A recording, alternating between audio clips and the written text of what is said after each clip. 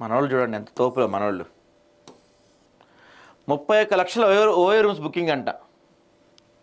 తెలుగు రాష్ట్రాల్లో new year సందర్భంగా మేరట్ నిబంధనలు ఇక్కడ అమలు చేయాలని పలువురు డిమాండ్. ఒక్క న్యూ ఇయర్ రోజే 30 లక్షల ఓయో రూమ్స్ బుకింగ్ అయినాయి అంటే ఆటగాళ్ళు మనవాళ్ళంతా. ఓయో రూమ్స్ వ్యభిచారానికి కేర్ ఆఫ్ అడ్రస్గా నిలుస్తున్నాయని, వీటిల్లో బాయ్స్ అండ్ గర్ల్స్ ఏకాంతంగా గడిపేందుకు బెస్ట్ లొకేషన్గా మారుతున్నాయన్న వాదనలు వినిపిస్తున్నాయి. డ్రగ్స్, సెక్స్ వంటి వాటికి కేంద్రాలు అవుతున్నాయనే ఆరోపణలు సైతం వెలువెత్తడంతో పోలీస్ శాఖ వీటిపై నిఘా పెంచింది. నగరంలోని ప్రముఖ లాడ్జీలు ఓయో యాజమాన్యంతో ఒప్పందం కుదుర్చుకొని పెద్ద పెద్ద బోర్డులు ఏర్పాటు చేసి కస్టమర్లు ఆకర్షిస్తున్నాయి. దీంతో ఇటీవల ముగిసిన నూతన సంవత్సర వేడుకల సందర్భంగా జిహెచ్ఎంసీ పరిధిలో ఓయో లాడ్జీలు పూర్తిగా యువతీ యువకులతో నిండిపోవటం పరిస్థితికి అద్దం పడుతుంది.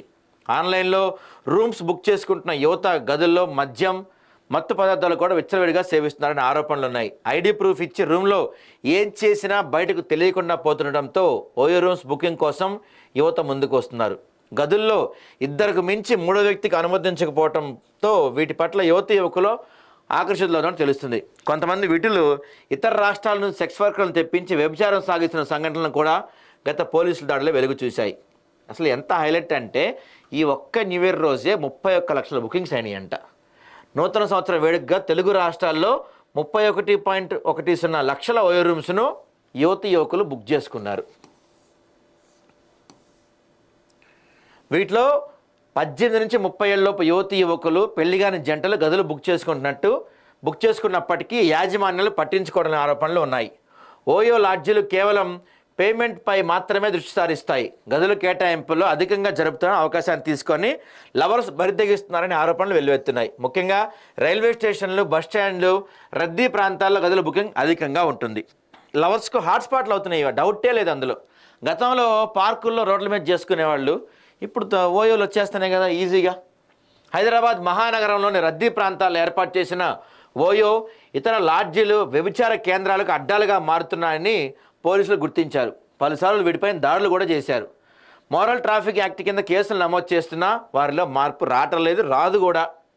కేసులు మాకేం కొత్త కాదంటూ కొందరు తరచూ పట్టుబడుతూ పెనాల్టీలు కూడా కడుతున్నారు. అయినా అదే దందా కొనసాగిస్తున్నారు. సీసీ కెమెరాలు ఏర్పాటు చేయకపోతే Telangana public safety measures IPC 188 section ప్రకారం శిక్షార్హులని పోలీసులు చెప్తున్న హెచ్చరికలను బేఖాతరు చేస్తున్నారనే వాదనలు వినిపిస్తున్నాయి.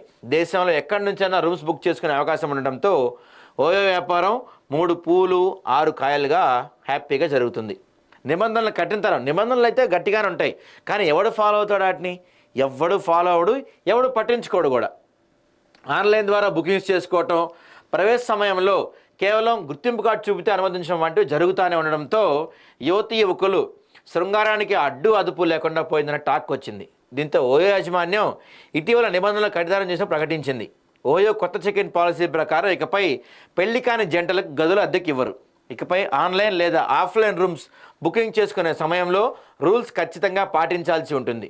పెళ్లి చెల్లుబాటే రుజువును సమర్పించాల్సి ఉంటుంది. ఎలాంటి రుజువు లేని బుకింగ్స్ తిరస్కరిస్తామని ప్రకటించారు. అయితే ఇది ఎంతవరకు జరుగుతుంది? ఓన్లీ పెళ్ళైన వాళ్ళకే రూమ్స్ ఇస్తామంటే ఇలా వ్యాపారం సాగదు ఓయో వాళ్ళకి. కాబట్టి పైకి చెబుతారు కానీ లోపల మాత్రం అదేది జరగదు.